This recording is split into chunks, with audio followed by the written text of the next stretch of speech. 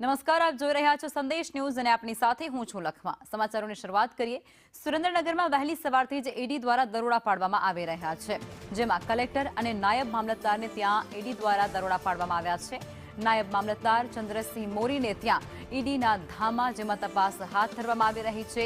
Collector ઓફિસમાં જે ચંદ્રસિંહ મોરી છે તે પોતે ફરજ બજાવી રહ્યા છે, ત્યારે વઢવાણ શહેરમાં 2 જગ્યાઓ પર તપાસ શરૂ કરી દેવામાં આવી છે।